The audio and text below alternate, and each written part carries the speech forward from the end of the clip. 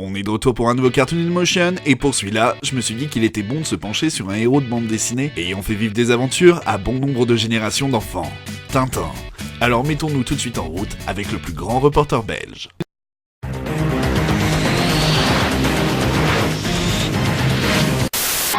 Voici l'heure des Animaniacs.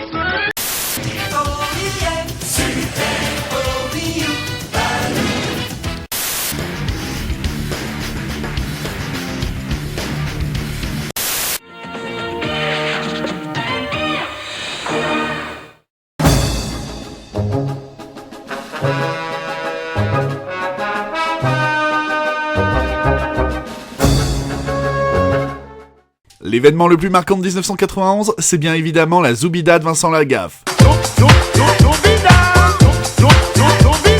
Oh, tu préfères que je parle de l'explosion de l'URSS? Même si le tout sentait le sapin depuis 1989, il faut attendre 1991 pour voir la fin du bloc de l'Est. Et c'est aussi la fin de l'apartheid, la politique de ségrégation mise en place en Afrique du Sud. C'est aussi l'année d'une invention qui ne manque pas d'air et qui a sauvé pas mal de vies, l'airbag. Au cinéma, les spectateurs faisaient la découverte du docteur Hannibal Lecter dans Le Silence des agneaux, et Disney pulvérisait tout avec La Belle et la Bête. Et pendant que Freddie Mercury mourait des suites du sida, MC Solar était l'as de trèfle qui pique ton cœur, Caroline.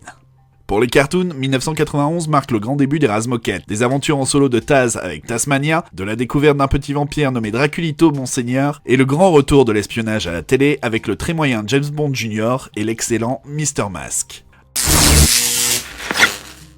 Les aventures de Tintin auront duré 3 saisons pour un total de 39 épisodes, diffusés à l'origine sur la 2, puis sur France 3. En charge du projet, on trouve le réalisateur Stéphane Bernasconi. Issu des Gobelins, il passe chez Hanna-Barbera, puis fonde le studio Ellipse filiale de Canal+. Après avoir travaillé un temps sur Babar, l'aventure Tintin commença. La série utilise des techniques d'animation traditionnelles et colle de près au BD d'origine, allant jusqu'à reproduire directement certaines cases et certains albums à l'écran. Dans les épisodes Destination Lune et On a marché sur la Lune, de l'animation 3D a été utilisée pour la fusée, quelque chose d'assez inhabituel en 1989. Chaque image de l'animation ont été imprimées et reproduites sur du celluloïd, puis peint à la main à la gouache, et placé devant un décor peint. La fusée qu'on peut voir dans le générique est animée en utilisant les mêmes techniques 3D. Artistiquement, la série a décidé de suivre une direction artistique constante, à l'inverse des albums. Il faut dire que Hergé a mis presque 47 ans pour réaliser les aventures de Tintin, temps durant lequel son style de dessinateur a évolué. Tintin est un jeune reporter belge qui a le don pour se retrouver dans les pires aventures possibles. Tintin est un journaliste, même s'il mène des enquêtes, on ne le voit jamais écrire le moindre article. Un comble. La fondation Hergé a depuis admis qu'on pouvait facilement imaginer que le jeune Hergé ait pu être inspiré par les exploits médiatisés de Robert Sexay avec ses voyages et ses documentaires, et son ami René Milou avec ses victoires et ses records pour créer les personnages de Tintin, le fameux journaliste globetrotter, et son fidèle compagnon, Milou. Le capitaine Haddock. Le capitaine Archibald Haddock est un commandant de marine, mais aussi le meilleur ami de Tintin. Haddock est un homme bourru et très sarcastique, ayant un antécédent avec la boisson. Au contact de Tintin, il va s'améliorer et devenir héroïque. Quand on parle de Haddock, on pense tout de suite à ses insultes phares telles que 1000 millions de mille sabords, tonnerre de Brest, troglodyte, bachibouzouk, ectoplasme, anacolute, choléra, va-nu-pied, marchand de tapis. Hergé affirmait que le nom de famille de Haddock était inspiré du poisson, le haddock, qu'il appréciait particulièrement. Milou est un fox terrier blanc. Compagnon à 4 pattes de Tintin, ils se sauvent régulièrement l'un et l'autre de situations périlleuses. Dans la bande dessinée, Milou parle fréquemment au lecteur par l'intermédiaire de ses pensées, ce qui n'a pas été gardé dans la version télé. Dupont et Dupont. Dupont et Dupont sont deux détectives empotés qui n'ont aucun lien de parenté tout en étant visuellement identiques, vu que la seule différence visible est la forme de leur moustache. Ils sont l'un des facteurs comiques de l'histoire. Les deux détectives sont inspirés entre autres du père et de l'oncle d'Hergé, des jumeaux qui portaient tous deux un chapeau melon identique. Le professeur Tournesol. Le professeur Trifon Tournesol est un physicien tête en l'air et dur d'oreille. Son aspect loufoque est assez perturbant pour les autres personnages, mais il est devenu très vite indispensable à l'univers de Tintin. Tournesol est en partie inspiré d'Auguste Piccard, un physicien suisse. Quand le projet de faire une nouvelle série télé est abordé, Tintin a déjà été le sujet de 2 films assez moyens, Le Mystère de la Toison d'Or en 1961 et Les Oranges Bleues en 1964, d'un long métrage animé, Le Lac aux requins en 1972, et d'une série télévisée belge d'une piètre qualité dans les années 60 avec des épisodes de 5 minutes. La voix de Tintin est celle de Thierry Wermuth, connu pour être le doubleur de Jerry O'Connell de Sliders, de James Van Der Beek de Dawson, ou encore de Stan Marsh de South Park. Le capitaine Haddock a la voix de Christian Pélissier, qui a incarné entre autres Yao de Mulan, Marc Margolis, Maxime Mayhem de Mask, ou Mojo Jojo des Super Nanas. Milou, pour sa part, est joué par Suzanne Roman. Dupont avec un T est joué par Yves Barsac, que vous avez peut-être déjà entendu en tant que Harlan Harkin dans Argo, Pat Ingalls des Batman des années 90, le pépé de Cédric et le papy de Choupi. Dupont avec un D pour sa part n'est autre que Jean-Pierre Moulin, c'est-à-dire la voix officielle de Jack Nicholson ainsi que celle d'Anthony Hopkins depuis Le Silence des Agneaux, de Donald Sutherland ou du professeur Farnsworth de Futurama. Le professeur Tournesol est Henri Labusière, mais aussi le général Dodona de Star Wars épisode 4, Panoramix dans plusieurs films d'animation Astérix, Cornelius de Mille et une pattes, le professeur Archimède Quincy Potter de Tarzan, l'oncle de Jackie dans Jackie Chan, ou le grand-père dans Les Razmoquettes.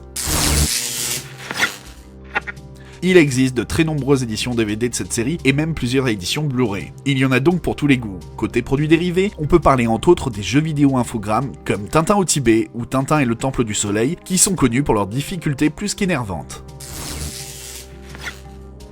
Le souci quand on a aimé une bande dessinée, c'est que le passage à un autre média est souvent casse-gueule. C'est de moins en moins le cas pour les comics, mais côté franco-belge, c'est pas vraiment ça. Que ce soit avec Is No Good ou Achille Talon, on en a connu une mauvaise adaptation. Heureusement, on a des exceptions à la règle, comme avec ses aventures de Tintin. Comment ? Parce que les personnages responsables du projet semblent avoir un profond amour pour l'œuvre d'Hergé. Ils se collent au plus près à ce qui fait de Tintin Tintin, que ce soit en imitant le style graphique, l'histoire et même le storytelling, en reprenant des cases de la BD directement à l'écran. Mais l'équipe en charge du projet c'est aussi comment adapter les aventures afin de les rendre plus claires et cohérentes, comme ça a pu être le cas avec Tintin en Amérique par exemple. On peut même dire que cette série a été la ou l'une des meilleures séries animées françaises des années 90. Pour les enfants de cette époque, le mardi soir était un rendez-vous, on était devant France 3, on avait droit à notre jingle de Jouet Club, suivi de ces quelques notes qui voulaient dire que l'aventure va commencer. Revenons sur ce générique. Cette ouverture sous forme de planche de BD reprend l'histoire du Temple du Soleil en bande dessinée animée. Et ça remplit sa mission. On a de l'action intense, avec des lieux variés, on a envie d'en voir plus, de voir comment Tintin va s'en sortir. On voit le respect de la BD, la qualité graphique, une vraie lettre d'intention. Le Tintin sur fond noir avec le projecteur va devenir tellement iconique que même Spielberg va reprendre l'image pour les affiches promotionnelles de son film.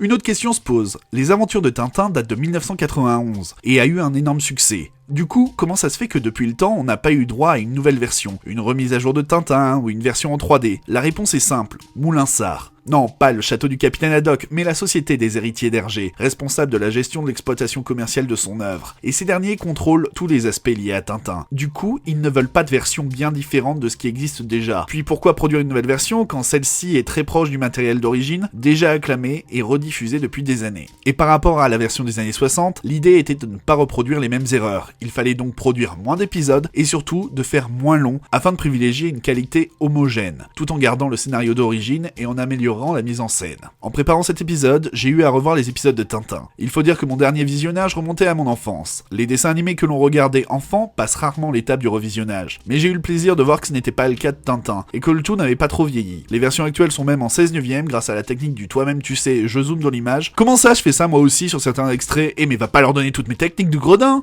En ce qui concerne l'animation, le tout saccade un peu dans les premiers épisodes, mais le tout devient assez vite fluide. Tintin dans sa version BD a toujours été assez rebutant pour l'enfant que j'étais. Quelque chose d'assez bavard, un peu vieux jeu. Bon, vous l'aurez compris, je n'étais pas vraiment un fan de la version BD. Mais étrangement, le tout passait très bien en dessin animé et je ne loupais pas un épisode. Alors pourquoi ? Parce que la série nous faisait découvrir le plus grand reporter de Belgique, que Tintin arrivait à nous donner le goût de l'aventure, tout en se laissant porter par l'histoire. Suivant une intrigue assez simple, une bonne qualité d'animation, des doubleurs de qualité. Tout ça et le fait que cela créait un lien entre l'enfant que nous étions et nos parents-grands-parents qui avaient découvert les aventures en bande dessinée. Voire a donné aux plus téméraires d'entre nous l'envie de se plonger dans la BD. Au final, je ne suis pas devenu tintinophile, mais je garde un sourire amical quand je repense aux souvenirs qui y sont liés. Point de vue censure, il y a 3 épisodes qui sont particulièrement modifiés par rapport à leur version BD. Il s'agit de Tintin en Amérique, L'Étoile Mystérieuse et Le Trésor de Rackham le Rouge, qui passent à 20 minutes alors que les autres épisodes en font 40. En fait, les modifications faites par Eclipse sur la série avaient pour but soit de simplifier l'intrigue, ou alors visaient à retirer des scènes un peu trop violentes. Enfin, violentes, il faut le dire vite, hein.